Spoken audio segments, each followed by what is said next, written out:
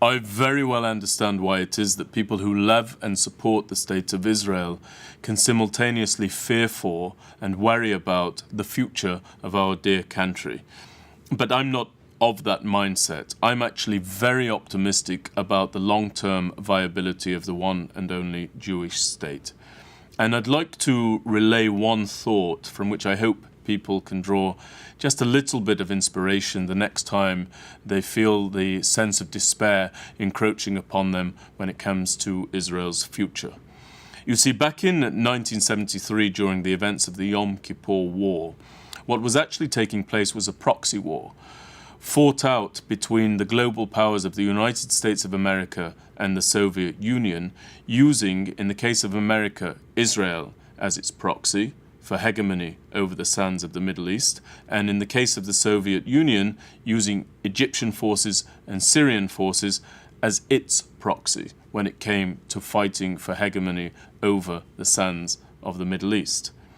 Now, back then, when it came to affixing the ceasefire lines or the lines of battle, it would have been unheard of for any of the proxy states to enter into direct negotiations with either of those global powers. So to bear that out, Egypt and Syria would never have had direct negotiations with the Americans, and the State of Israel would not have had direct negotiations with the Soviet Union. But fast forward just a few decades to the current state of affairs that we're witnessing.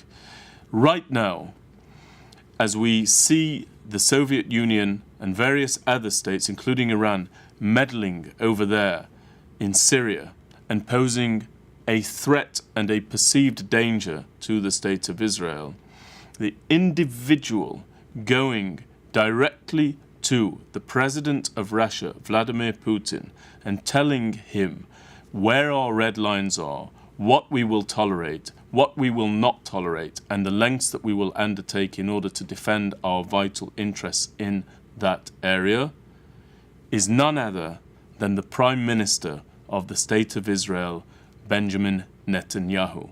It's not another global power speaking in the name of Israel's interests.